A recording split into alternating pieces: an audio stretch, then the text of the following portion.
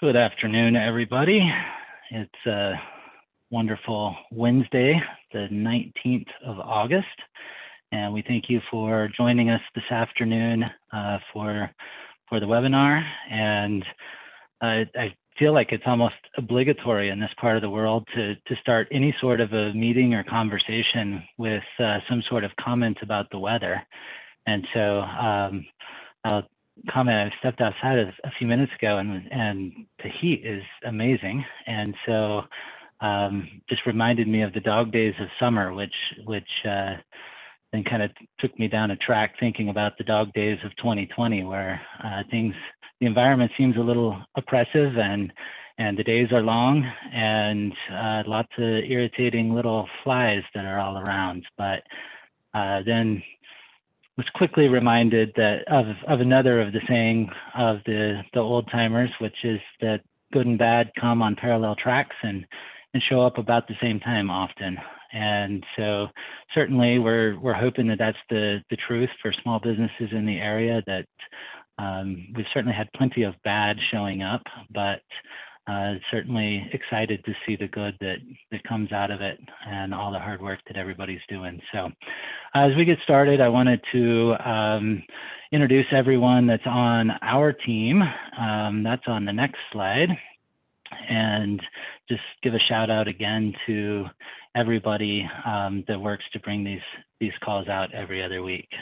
So certainly a shout out to the Startup Colorado team and all the work that they do behind the scenes and on the tech side of everything to get everything running seamlessly and to get the recordings up on YouTube and all the information out to everybody. So I want to thank them, and also the Office of Economic Development and International Trade, OEdit, and we'll hear from Kat here in just a few minutes from OEdit.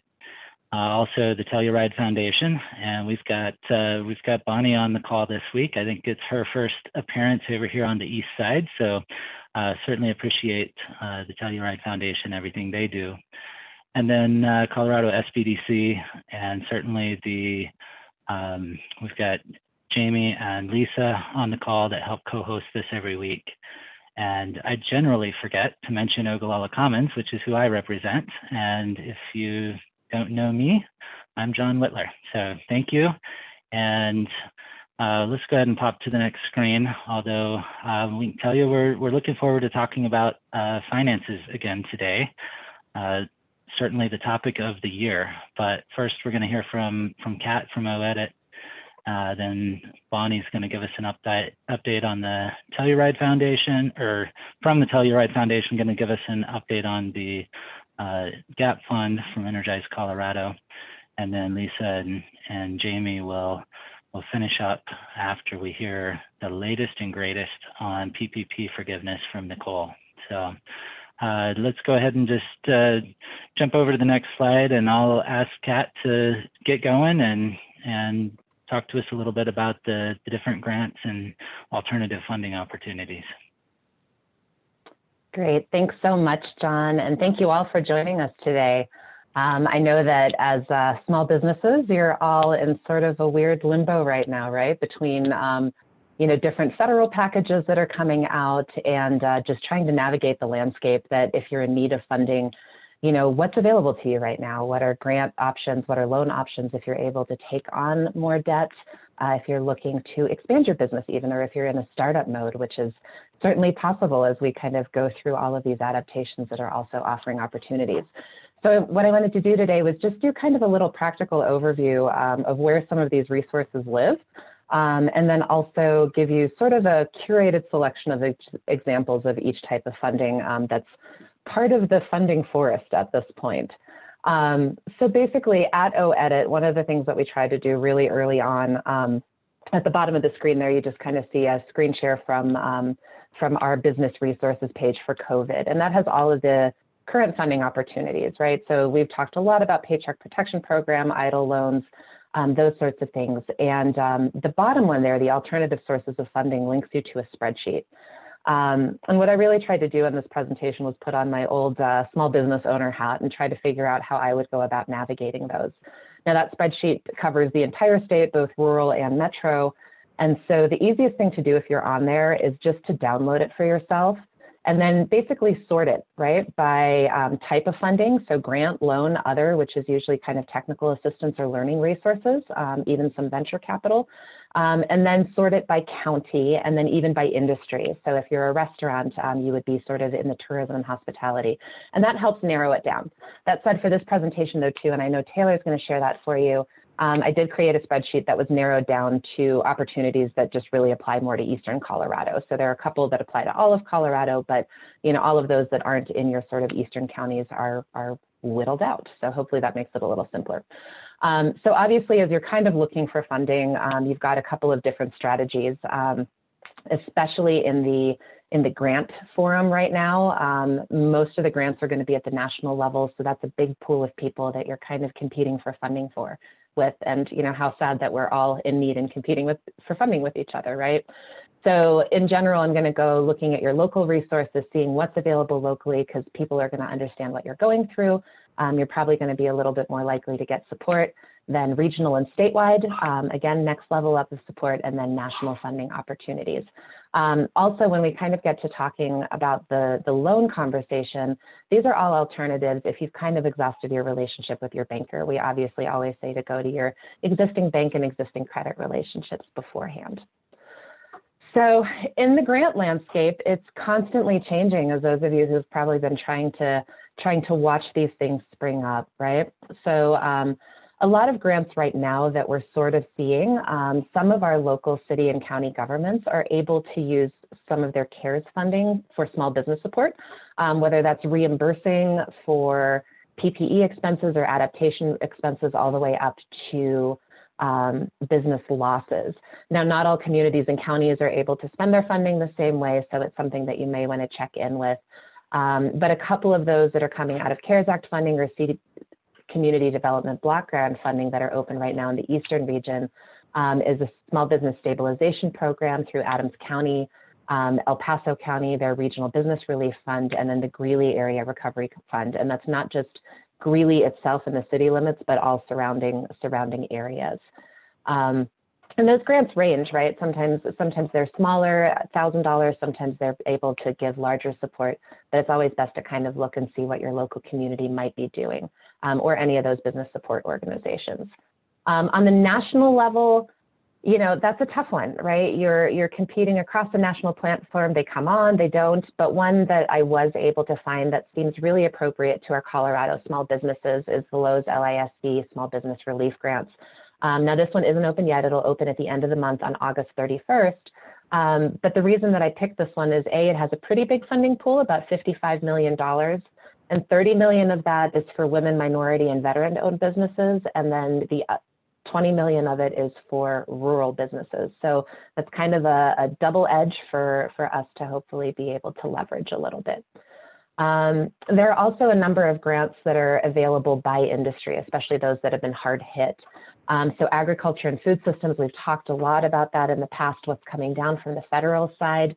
Well, the USDA Coronavirus Food Assistance Program is really there for growers and producers that have seen greater than 5% losses during the time of COVID. There's a whole list of food products and crops that are available for funding and assistance, and they've just expanded that as of last week. So this one, you would be looking at your local FSA office to kind of get to that one. And the links are live as well. So when you get this presentation, you'll be able to click right through them. I was trying not to share any that were closed at this point, but this one is one to definitely keep an eye on just because it's specific to Colorado. And that's the Colorado Farm and Food Systems Respond and Rebuild Fund.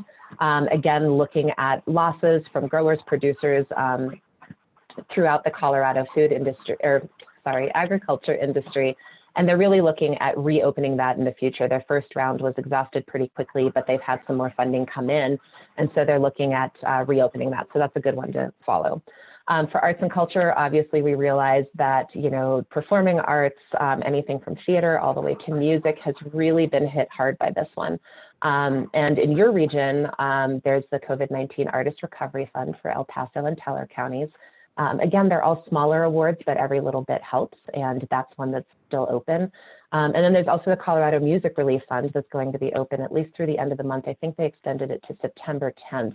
And that's specific to people who are in the music industry and who have suffered from cancellations and just loss of being able to perform. On the minority and veteran side, this is one, it's a national fund. It's the Red Backpack Fund. It's specific for women entrepreneurs. And they'll be opening that one up throughout, I believe, the end of September. Again, with all of these, especially, I guess, just backtracking to the prior one on the local side, if they're being funded through CARES Act funding, you're going to have some restrictions, and then other ones, Red Backpack is actually relatively broad-based in terms of what types of COVID impacts you need to show to apply for those. And then, of course, as we know, our restaurant industry has been super hard hit. So the Colorado Restaurant Association Angel Relief Fund was set up specifically to help employees and owners if you've had to stop working because you've had COVID. Again, this is a fund that has been able to stay open but has changed over time. At the beginning, it was anybody who worked in the restaurant industry, and now they've had to kind of scale it back to make sure that the help is getting to the people who are really the most affected. So that's kind of it for the grant piece. I know Bonnie's going to talk a lot more about the one that we're all kind of waiting for. So I'm going to move over into loans. Again, as I said before, always work with your local banker first. But you also have some options that are being set up at the local level. So check in with your city and county or your regional economic development organization. So the city of Alamosa has a specific COVID fund right now that's offering 0% interest bridge loans. And the thing that's really great about a lot of these COVID loans is that they are seeing lower qualifications in terms of interest rate to kind of get you through. They are also smaller loan amounts than what you would see in the next slide that I'm going to get to if it was something where you were just trying to grow your business or just get access to more capital. Some of the really good ones, regional and statewide, are the Green Line Ventures Emergency Microloan Funding. This one's specific to minority business owners in the state of Colorado and prioritizing rural as well who have been impacted by COVID. The COVID-19 Rapid Response and Recovery Fund from First Southwest Community Fund is open to all of rural Colorado. So that's another option. And you'll start hearing a lot of the same organizations here as I go through, and I'll explain those a bit more on the next slide. The Colorado Enterprise Fund has the Small Business Emergency Loans for Rural Colorado. Again, just sort of gap funding, kind of lower interest rates. And then more specific to the San Luis Valley, the First Southwest Community Fund has another loan fund specific to that. If you're up in Clear Creek and Gilpin, you've got one for you. And then Custer, Fremont, Huerfano, and Pueblo has the NeighborWorks Southern Colorado Small Business Emergency Microloan Program. So that's really, if you just need a super small amount of money to get you through, really good option for you. On a national level, I'm not really going to, I didn't think it was good to kind of promote sort of national different banks, but for those of you that use kind of larger online payment processors, say like a QuickBooks or a Square, remember that they have capital programs as well, where basically you can get a line of credit or a capital fund through them that you then pay off through your sales. I know it's an option here locally when I talk to businesses that they kind of use as part of their regular business, but they've kind of leaned on it a little bit more to help get them through in COVID. And it's something that they don't have to think about because it's sort of taken out in a small portion through their sales. And then, of course, looking at higher interest rates and less favorable terms, but there's always, credit card capital and lines of credit as an option. So if you're in the scenario where, you're actually looking at expanding or you're starting up a business, again, before kind of going into any of these, always check in with your local resources first to help kind of guide you a little bit. These all have, basically different qualifications and different sort of specializations for what the funding is for. But, organizations like Startup Colorado, your SBDC, your local development organizations, and your regional councils of government or economic development districts can usually help you navigate through these or are the hosts of them. So revolving loan funds are usually set up within those EDDs, sometimes at the city level, sometimes at the regional government level. And it's really there for gap financing for business expansion for startups and even to continue to retain business. So an example of that for Eastern Colorado, there's the San Luis Valley Micro Enterprise Loan Fund, which has really looked at looking at startup businesses that just need small amounts, even to just test a concept, or the San Luis Valley Revolving Loan Fund, which is really kind of those larger amounts that if you're looking to expand your business. The CDFIs, these community development financial institutions and nonprofit lenders, are really a great partner to you, especially if you're a business that generally doesn't qualify for traditional commercial lending, or if you've had trouble with credit in the past. They sometimes do character-based loans. They have a lot wider breadth, and they're really there to serve underserved businesses. So they do a lot of work with rural Colorado, minority, veteran, and women-owned businesses, and just ones that have had trouble getting started. And the aim of most of these loans is going to be getting you to where you need to be, and then kind of training you through so that eventually you can have a traditional banking relationship and continue to build your credit worthiness as well. So a couple of examples of those are the Colorado Lending Source, Colorado Enterprise Fund, Greenline Ventures, First Southwest Community Fund. You start hearing those over and over because they've just got great capacity, and that's their mission.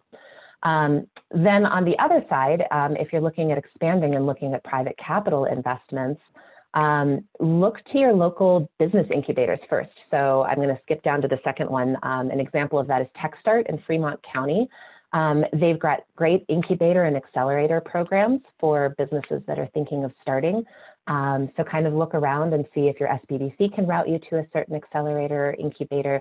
And one of those things through the program is that they tend to train you how to talk to investors and how to look for capital investment and even match you sometimes. At the state level, we're doing something similar.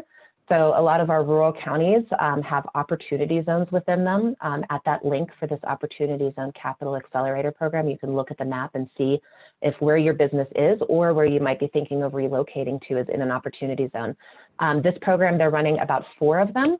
They're in cycle 2 right now. It's open, and they're going to be selecting 6 businesses to kind of go through a full training module of building a prospectus about your business for investment, walking you through that whole capital stack and what that looks like, basically training you on how to talk to investors and then matching you with investors as well. And then finally, if you're looking at advanced industries, that tends to be on the national level where you're going to find the most funding and startup funding available. People are really into these advanced industries and tech. And so, if you're looking at that type of business, that would be a good option. And then finally, kind of my favorite one that's been set up out of COVID, but shows the adaptations that our businesses are creating, is this food truck loan program that's offered by First Southwest Community Fund.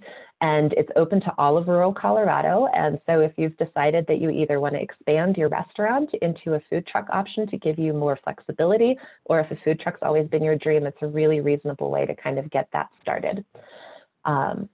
Okay, I think that is my big overview. So at this point, I am going to turn it over to Bonnie, who's going to talk about the Energize Colorado Gap Fund. Thanks, guys. Thanks, Kat. I appreciate it. And John, thanks for welcoming me to the eastern side of the state. I get to lead with our co-host, Erin McCuskey, the Western call. So it's nice to be on this side of the state virtually. So I'm Bonnie Watson. I run the Telluride Venture Fund and Telluride Regional Loan Fund. But I've also had the good fortune to be very involved with Energize Colorado. And so here today to really present on the GAP Fund and be able to give you an overview of it and be able to answer some of those burning questions, as it's a very, very highly publicized fund at this point. So we're excited to share that with you today. Next slide, please. Next slide. Great. So Energize Colorado, if you're not familiar, we know a lot of people are, but it was created as a nonprofit to help fill gaps across Colorado for the people that are the most underserved within our communities. And so one of the initiatives of the Energize Colorado nonprofit is the GAP Fund. And really the GAP Fund was created to help small businesses and nonprofits who were missed by federal and state stimulus packages. And so it's a very targeted approach. And we're really focusing on those minority groups that maybe didn't receive funding from the CARES Act. And so we're looking at minority-owned, women-owned, veteran-owned, and rural businesses. And those are the priority groups. And so right now the fund is $25 million. It has a $20 million grant proponent and a $5 million loan proponent. And so businesses can apply for up to $35,000 in funding, our potential funding, and $15,000 of that will be in grants and $20,000 of that will be in loans. Next slide, please. So who is eligible? Great question. So this is again for profits, so small businesses and enterprises and nonprofits. So you do have to be registered in the state of Colorado with our Secretary of State, and you do have to be in good standing with the state as well. And so this small business that encompasses sole proprietors, so contractors, and any registered small business, LLCs, S Corps, the whole shebang. Nonprofits are also included in that, but the specific there is that the nonprofit has to have a mission or program that directly supports economic development, small business, or tourism. You also have to have fewer than 25 employees. And so there's kind of a lot of conversation around what that means. And when we say that, we mean full-time employees. So for example, if you have 50 part-time employees, that also counts. We count a full-time employee as one and a part-time as half. And then a big piece here for especially seasonal employers is that you can use off-season employee counts to find that lower employee count to qualify. And you also have to show that you were impacted or had some degree of hardship from COVID. And so really this comes from, shutdowns and public health orders and whatnot. And you have to be able to prove that hardship via bank records, profit and loss, historical year-over-year tax reports, whatever it may be, but you do have to be able to document the harm, the economic harm. Next slide, please. So one question that we get very often is there's the eligibility of the fund, and then there is the priority of the fund. And so something to keep in mind here is that this fund is not a first come, first serve basis. So you can be eligible for the fund, but then they put these people above others in regards to priority for the fund. And so all eligible small businesses in Colorado and nonprofits are welcome to apply to this and should. However, priority will be given to majority owned by Black, Indigenous, people of color, veterans, or women-owned business and nonprofit, or someone who is located in rural areas with a population of less than 50,000 people. If you are in the tourism sector, and then if you have limited or no access to capital financing or other federal and state or local grant loans and initiatives. And so even if your business does not fall necessarily under this priority, you're still very much encouraged to apply. It's just saying that we are going to give priority to these folks first. Next slide, please. So the big, the hot ticket item here is grant assistance. We understand that a lot of businesses don't want and cannot support loans. And so we're really going to focus more here on the grant piece in this presentation. So you can be awarded up to $15,000 in grant money. So there's $20 million of CARES Act money allocated to this grant proponent of the fund. And so keeping that in mind, there are a few more restrictions around the grant proponent than there are the loan proponent of this. So $5 million has been earmarked for the tourism sector until October 1st of this year. And so to qualify for the grant part of this fund, you have to be able to prove economic harm from COVID. And this includes a decrease in revenue from a stay-at-home order, from voluntary closure of the business to promote social distancing measures, or from a public health emergency. You can also prove economic harm by increased costs to operate your business. So this could be something, for example, like payroll costs, training costs for COVID, or it could be purchasing PPE, plexiglass, masks for your employees. It's a pretty long list that I can certainly dive into. And the losses or economic harm, they do have to occur between March 1st of 2020 to the time of application. Next slide, please.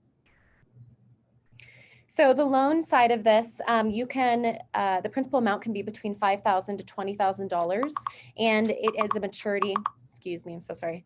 It has a maturity of 24 to 36 months. And I am just gonna turn my notifications off here real quick. Sorry about that.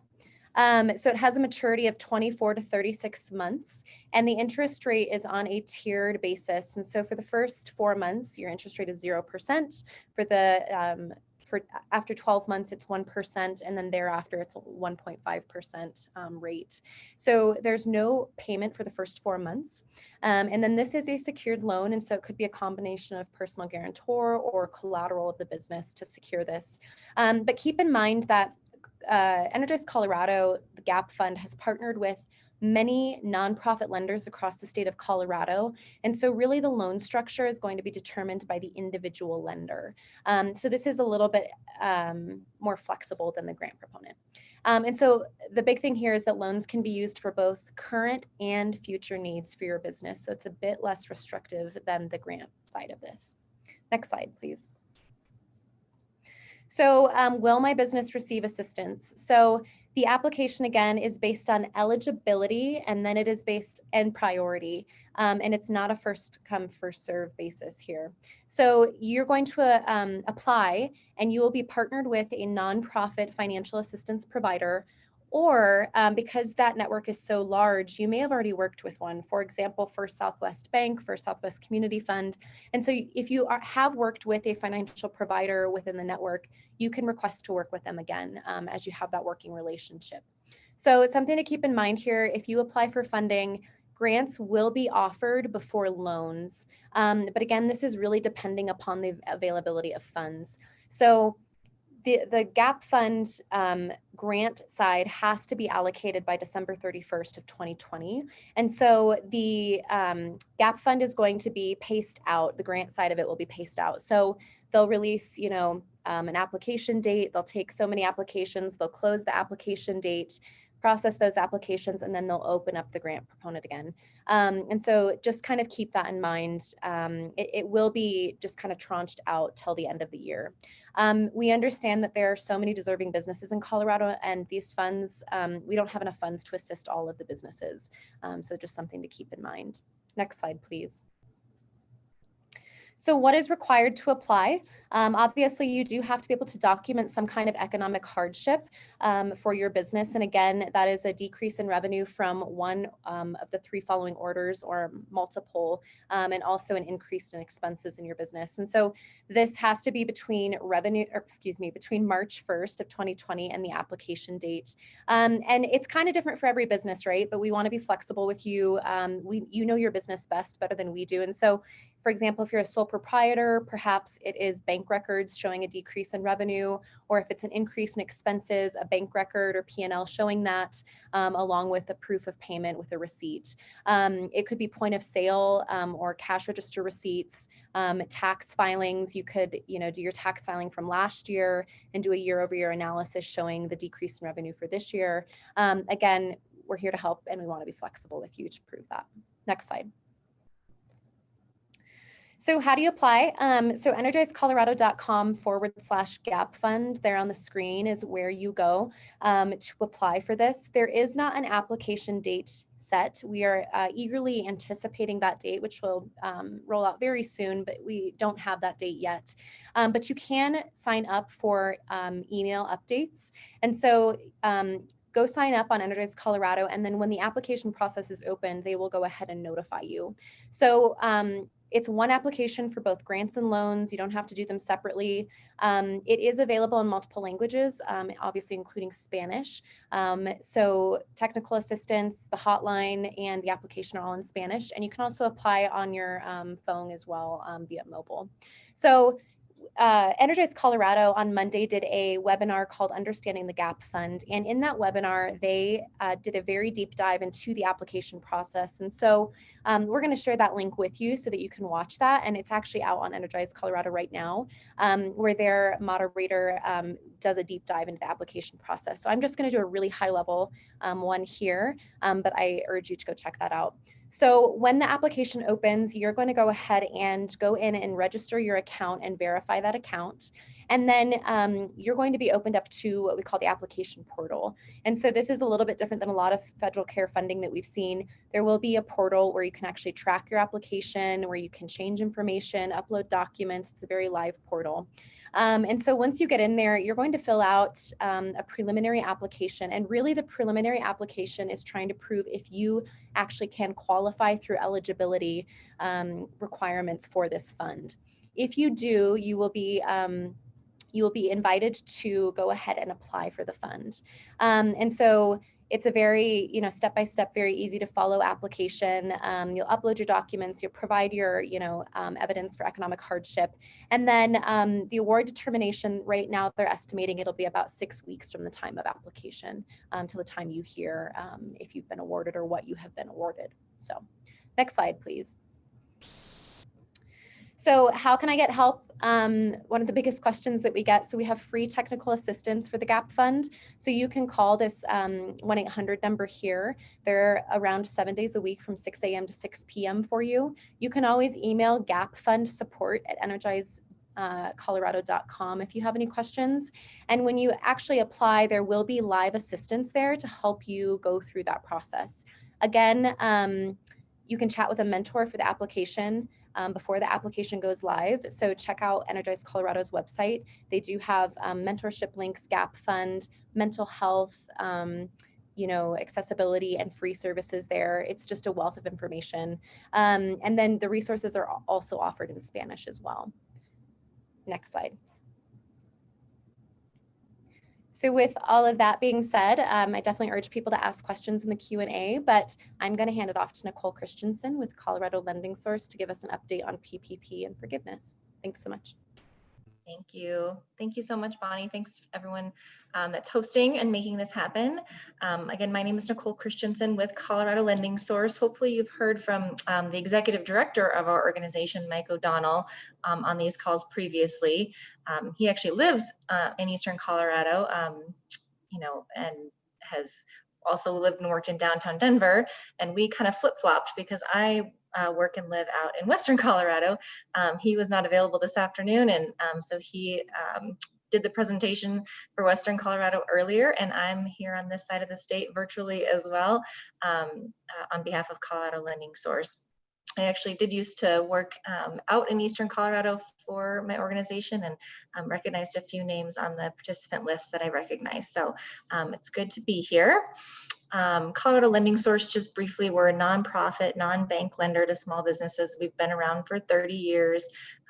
In regular times, we're helping businesses access SBA loans. We help banks navigate those programs as well for starting a business and growing a business. We have some direct financing, and then we've also gotten involved in the PPP loans, emergency rural loans, and some other specific loans to different communities that wanted to have their own revolving loan fund, like Kat mentioned, and maybe work with us on the back end to actually execute those revolving loan funds.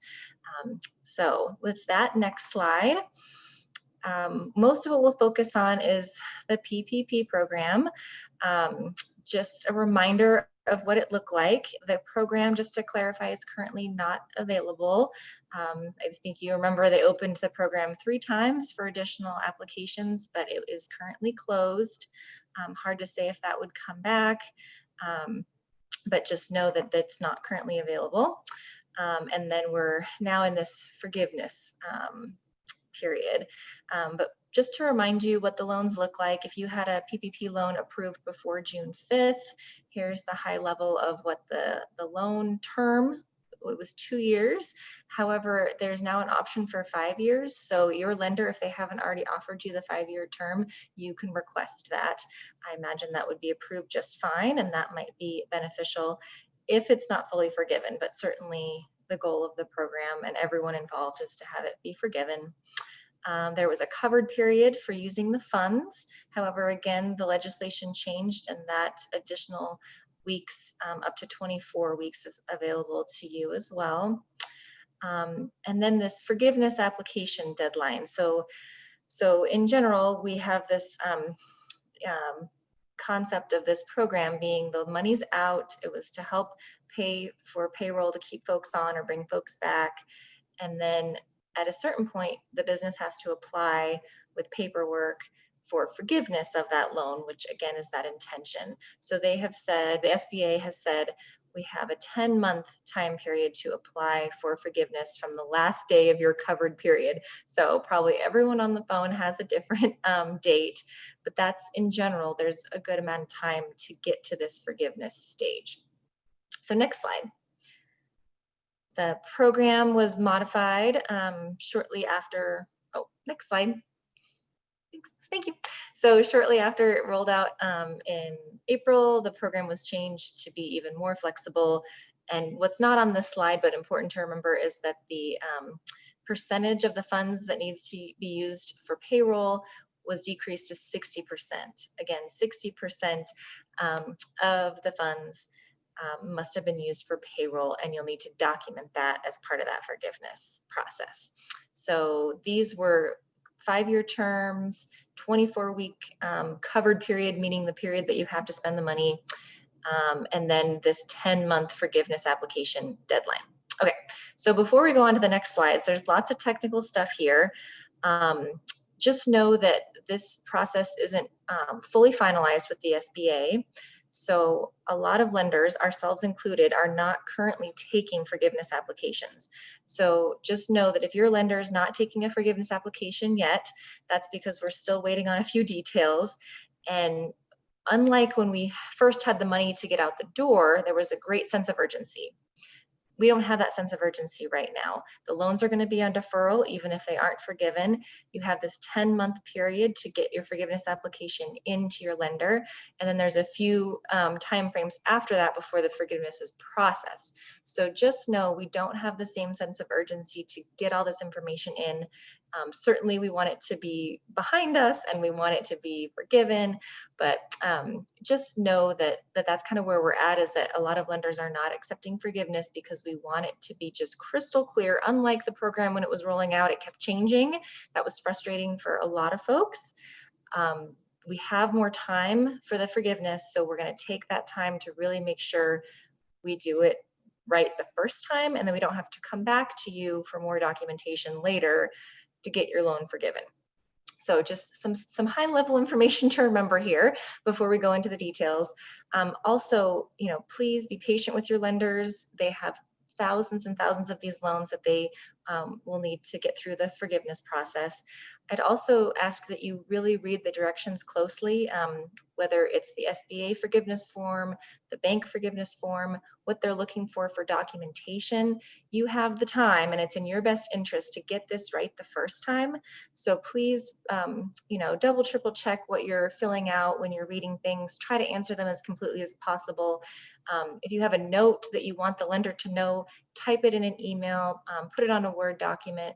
Just make sure that you address as much of the forgiveness application for your lender as possible. It's going to be just the smoothest way to go. So those are some high-level things I wanted to make sure to cover. Thank you. Okay, so next slide. So there's this 10-month period to get your forgiveness application in, and the SBA has said that at that point, if the business owner has not responded and not applied for forgiveness, that loan is no longer deferred, meaning payments are now due, and you will hear from the lender, this is your payment amount, this is the date it's due, and payments will start. Now, if you forget to apply for forgiveness, if you never got the information about how to apply, technical glitches, there's going to be anything possible, right? You can still apply for forgiveness after the 10-month period, but the loan payments are going to start being due. So you'll be motivated to get it in as soon as possible. However, it takes some time to get through the process. So just keep some ticklers in your calendar to make sure that by 10 months from summer of 2020, hopefully things look a lot different in a lot of ways, that you have applied for your forgiveness on your PPP loan. Next slide. So the SBA has given us the forms for forgiveness, these application forms. I'm not sure these are finalized, so not necessary to go Google them and start filling them out, in my opinion. They do recognize that there's an easy form, the need for an easy form that will take, according to this slide, about 20 minutes. And these bullet points are the folks that will be eligible to use the easy form. So hopefully that will apply to as many folks as possible. I think that will help everybody. Again, it's not finalized, so perhaps this list will get longer, or we can try to fit people into this easy form as often as we can. That's definitely my hope. Next slide.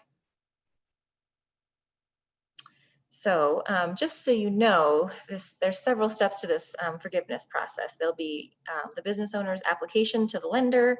The lender has to do several things with this, including verify some numbers, review the documentation that you submit with it. So they have 60 days to do that. Then, next slide. Oh, these are the same general steps, a little easier to go through this short form for the lender as well. So in everyone's best interest. Next slide. So there's this idea that the lender will have to certify one of three things to the SBA.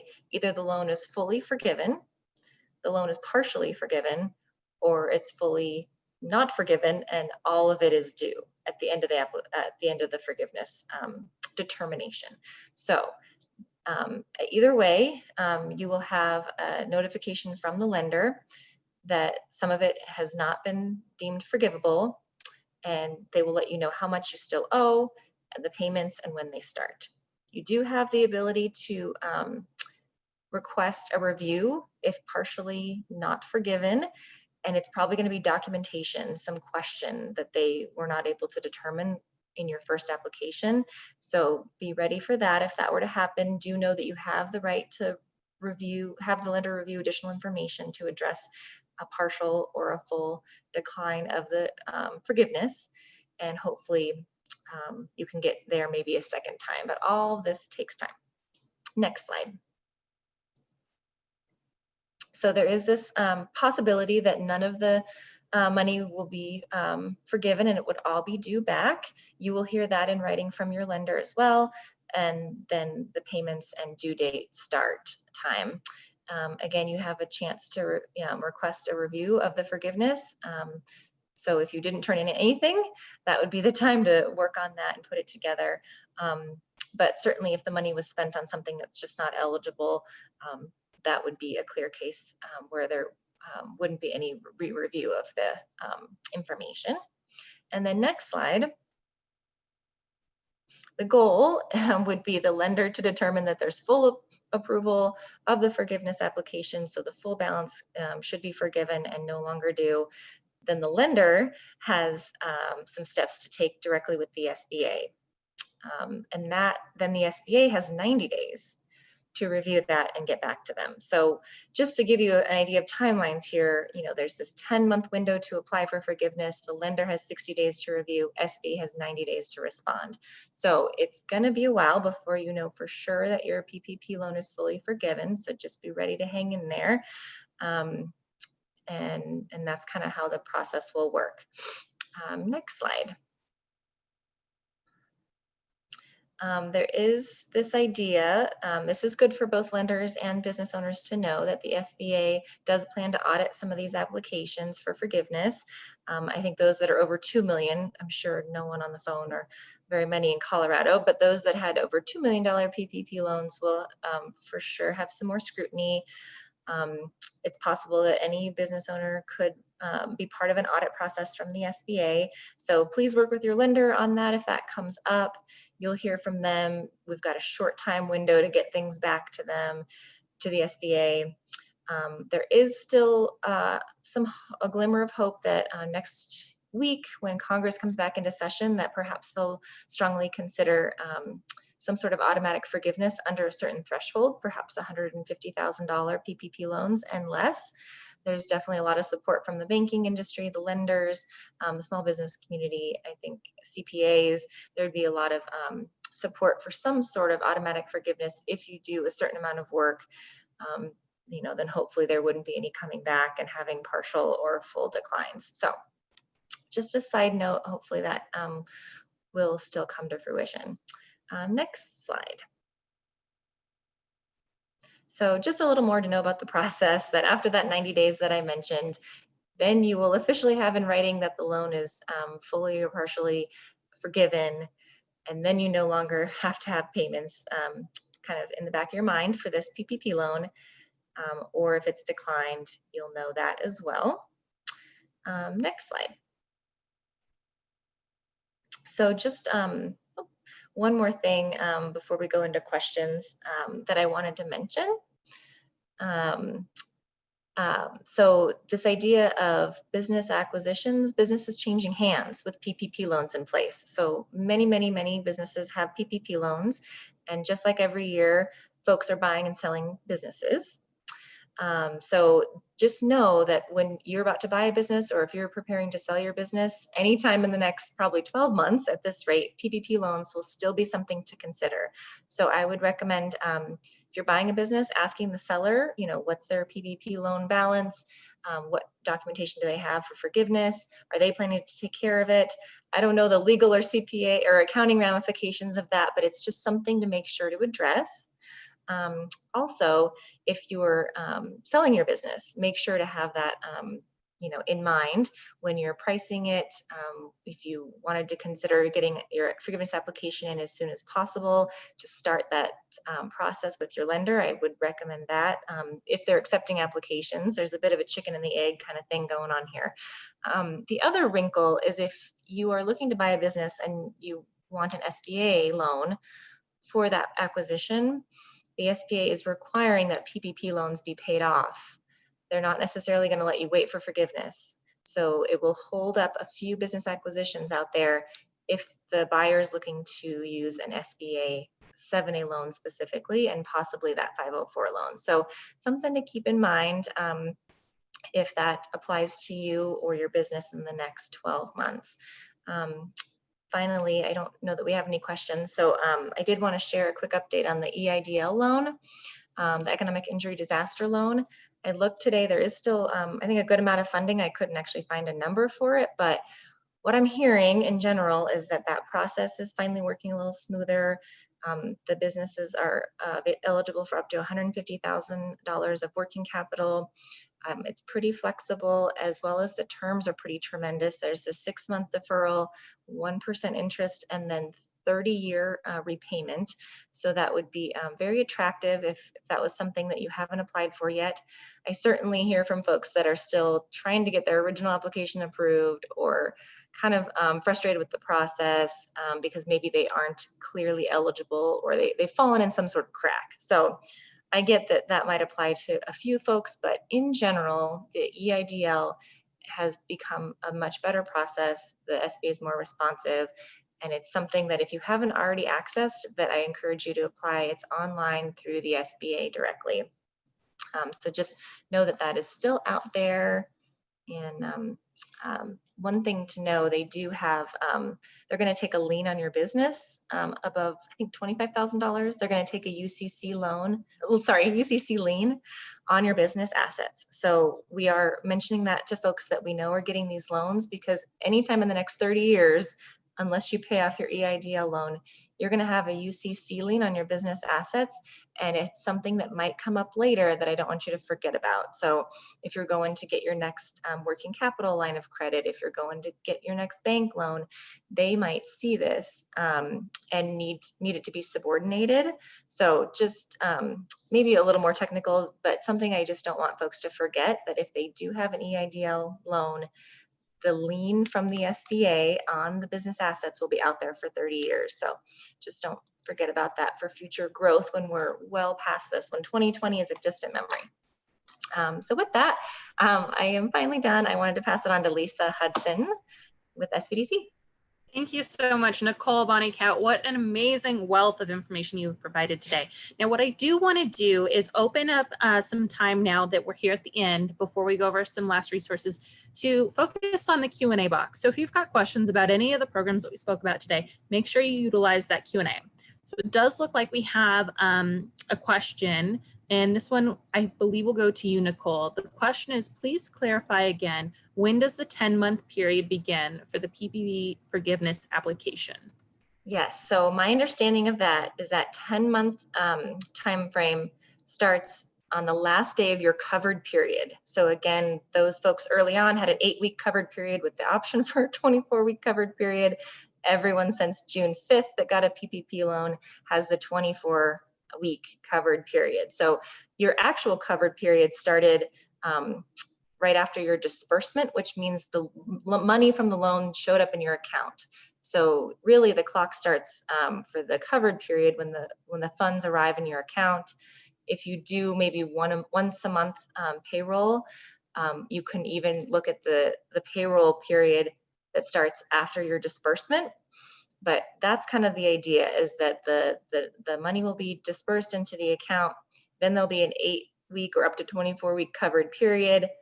Then after that 8 or 24-week covered period is when that 10-month time frame starts. So it's confusing, but it will probably be different for everybody on the phone. So don't wait too long. Great. And then one other person in the Q&A was requesting if there was a slide about Int'l, but you just provided an update verbally. Is there any place that they can go online to see more information about Int'l, the kind of things you were talking about? Yes, I do have a website I can share, make sure we get to the group. Excellent, thank you. Well, it doesn't look like we have other questions coming in. I'm going to pass it back to Bonnie. She's got a few things that came up previously about the program she spoke about. So Bonnie, take it away. Thanks, Lisa. Yeah, we understand that this is a lot to process, and we're not always exactly sure what questions to ask. And so I just wanted to quickly just cover a couple of the high-level questions that we get very often with the Energize Gap Fund. So to apply for this, again, I said you have to be registered in the state of Colorado. You do have to be in good standing. You do also have to have a federally issued identification number. So that's a Social Security or EIN or TIN. Some of the questions we get around the loan side of this is that, is there a prepayment penalty if I pay off my loan? That's no, there is not one in the state. Farmers are very much welcome to apply and should. We get the question about cannabis very often, and the answer is no, you can't apply if you have a cannabis business, but you can apply if you have a hemp business that is following federal and state guidelines. There is no cutoff date for the fund at this point, but keep in mind, we do have to allocate the $20 million of CARES Act funding by December 31st of this year. As far as the grant side of this goes, before I go into the grant side as well, another question we get is, do lenders pull credit? And that's really kind of dependent upon the lender that you're partnered with or work with. The Gap Fund is really trying to stay away from pulling credit as a determinant of your character, and they're trying to go more on character and be more flexible for attainable capital. So the answer is not yes or no there. It just kind of depends on who you work with. As far as the grant money goes, the grant money is taxable, the loan money is not. And I just wanted to go over just quickly what you can and cannot use your grant money for. And so you cannot double dip with the CARES Act money. So if you covered expenses with PPP or Int'l, you cannot cover those same expenses again with the Gap Fund money. However, you can cover other expenses that have come up in your business. So you can't cover any losses that have been covered by any other federal program or any expenses. You cannot use the money to cover taxes, lobbying, or any kind of capital purchase. And when we say capital purchase, we mean if you are buying something that has an expense greater than $25,000 and has a usable life of 5 years or more, you cannot use it for that. And then I just quickly, I'm going to cover what majority ownership means. So when we talk about the for-profit side, we talk about, majority ownership of women or veteran owned or whatnot. On the nonprofit side, obviously, because it's public entity, there is no ownership there. Really, we want nonprofits to think about, what is your mission? So the nonprofit mission and program should directly support small businesses, tourism, and economic development. That's the eligibility portion of this. But then there's also the demographic question, and that's what are the preference points for applicants when they consider the population served by the nonprofit? And so the nonprofit will need to, answer whether the mission and the programs primarily serve racial or ethnic minority, women, veteran, or rural businesses. And so I just kind of wanted to clarify that, because that language can be a little bit tricky. And then the last thing here is what I mentioned, that payroll costs were included in the costs that you can use the money for. But just so that and can identify this, it sounds a lot like PPP and what you can use that money for, but you can use the money for payroll costs. That's increased worker compensation, premium pay, hazard duty, overtime related to COVID, but you can use it for rent, equipment, real property, livestock depopulation deemed necessary for public health reasons, programs to implement COVID social distancing measures. You can use it for costs for training to mitigate impact for employee furlough due to COVID. And you can also use it for inventory for items to mitigate COVID impact as well. So just a few of those very commonly asked questions on the fund, and we definitely encourage you to go to Energize Colorado. There's a very long FAQ built out there that answers a lot of the questions. And Lisa, I'm gonna send it back to you. Awesome. Thanks so much, Bonnie. And, you know, as this program gets launched, you may have more questions come up. And so really check out those FAQs and connect with your support team, whether that's Energize Colorado or the Small Business Development Center. And speaking of resources, let's go to our next slide. So these are those additional resources we were just talking about with the Energize Colorado Gap Fund update. There is a link in these slides, the helpful FAQ video, DOLO Rental Assistance Program, and the Colorado Lawyers Committee Eviction Protection webinar. So make sure to check those out, some really great resources. Next slide. So here we're asking you, what kind of topics are you interested in next? What should we cover in the webinar that we will have in 2 weeks on Wednesday? We do have a short 1-question survey that you can find at this link here at the startupcolorado.typeform.com website, and just click on it and let us know what you're most interested in. Next slide. So if you have any questions or need additional resources, make sure to check out the eastcoloradosbdc.com/disaster-relief. That's where you'll find today's slides. You'll also find them in the chat box. We also put in the chat box a link to more information about that Int'l program that Nicole had mentioned. There's a lot of information available on the coloradosbdc.org/COVID website, as well as startupcolorado.org, you know, for resources related to entrepreneurs and really the communities to go to. We go ahead and go to the next slide. If you have any questions or you want to find this call's recording, go to the Choose Colorado YouTube channel. If you still have questions, reach out to us. You can contact us by emailing startupco@colorado.edu. And our next call will be September 2nd at 3 p.m. I hope that you can join us. It's been a pleasure, and hope you have a great rest of your day.